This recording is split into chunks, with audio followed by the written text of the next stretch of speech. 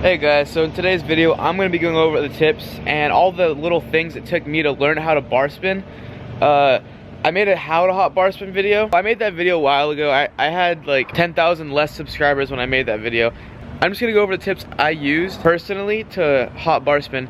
And I did some weird things to learn how to hop bar spin. A lot of them didn't even really work. I'll go over the ones that worked and that didn't work. It takes time and bike control to bar spin. You can't just, like, it is a really easy trick, don't get me wrong, but you can't just like hop on a bike for your first month and expect to be able to hop bar spin at least good, unless you're just godly mode like that. I don't know. My main issue was I would do the bars and I would not even know how to throw them. I would like toss them all weird. They wouldn't be safe if I would throw them like that in the air. I kind of like would go overhand, and then one day I kind of figured out, I don't know how, I kind of just like, I did like a little bus driver kind of action, and I was like, oh, well, that kind of works. I don't know, I never was really into the throw and catch, but it did come into play later when I was learning them, and it kind of helped me. My first ever bar spin was actually throw and catch bar, but like the next one immediately after for some reason was bus. But knowing how to throw the bars and how to catch the bars is very key. The next step I took was me just rolling around on my bike and just spinning them around, like not a pickup bar, just kind of like a rolling bar. What I would do is I would go extremely slow, and when I was learning bars I actually learned them the wrong way. Like I used my right hand instead of my left hand. I fixed that later on when I was learning them. Another thing too is when you are left foot forward and use your right hand to bar spin, if you're doing a rolling bar, it kind of goes, and you're carving to the right, it goes with the carve, so it's easier to just throw the bars around. But what I would do was to get my hands, like how to catch the bars, I guess. I don't know, and it just kind of helped. I mean, realistically, it might have not even helped. It's just a step I took towards learning them. The next step I took after that was, I think, a form of pull-up bar. It's not even the way people do pull-up bars. It's kind of like 1 foot on the pedal and 1 foot on your back peg kind of pull-up bar. Those kind of gave me some confidence. Those kind of gave me more time and a little bit more confidence to doing them, because I guess when you use a peg and the pedal, it gives you kind of some leverage. I mean, it was just one of the steps I took. It might help you, it might not.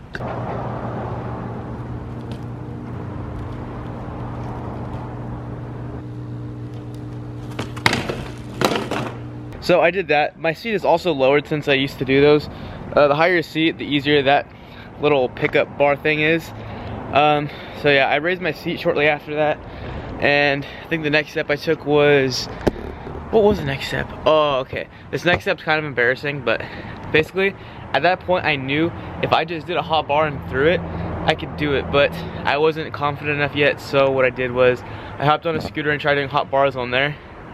So yeah, I did some hot bars on a scooter, and I mean, it helped. I learned how to hot bar. I was still doing it with the wrong hand at that time, but on the scooter I thought maybe if I try it the other way it could help, so I did that. It hurt my hands a lot at first trying to do them switch, but eventually I figured out the secret. Every single time I do a bar spin, as soon as my right hand's on, I'm good to go.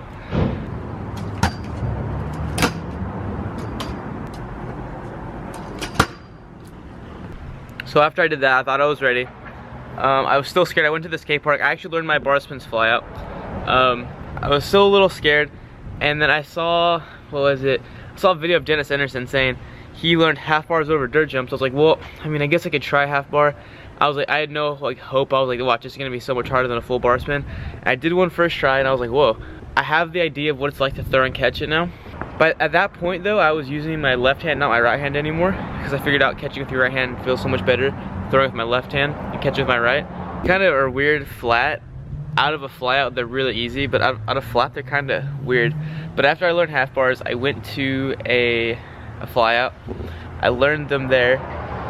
Funny story. Okay, so the first one I ever did, I don't ever throw and catch my bar spins now. It's just the way I prefer to bust them. But I threw and caught that bar spin, my first ever bar spin, and I was like, whoa, I need to do another one. And for some reason I completely like froze up in the air, and I was just like thought bus drive. I had no idea what that feeling felt like yet of busting a bar, but for some reason in my head I was like, I could do it. I just did it. That felt way better than throwing and catching them. So ever since then I started busting my bar spins. After fly out bars, I learned how to do them hop. It's basically the same thing. You just gotta hop like you mean it. Don't hop low, because every time I see people hop low, they miss their bars and they fall on their ass, and it just looks painful. You just gotta hop, have the same confidence as fly out, and just do it. Sorry if it was a little ugly. I woke up like 20 minutes ago. I wanted to film this yesterday, but it rained, so I couldn't. But I'm filming it now for you guys. Yeah, and it's pretty early. So those were all the steps personally that I used to learn hot bar spins. From step 1 till the final product of me learning bar spins, that was probably like a 7-month process for me just like playing with the bars, figuring out how it works, up until me landing it. That probably took like 7 months. I mean, tricks aren't that easy to learn, but I mean, that's why I made this little how-to. Hopefully you guys can take all these steps that I used and, you know, crunch them into like maybe a month instead of 7 months like it took me. But I hope you guys enjoyed this.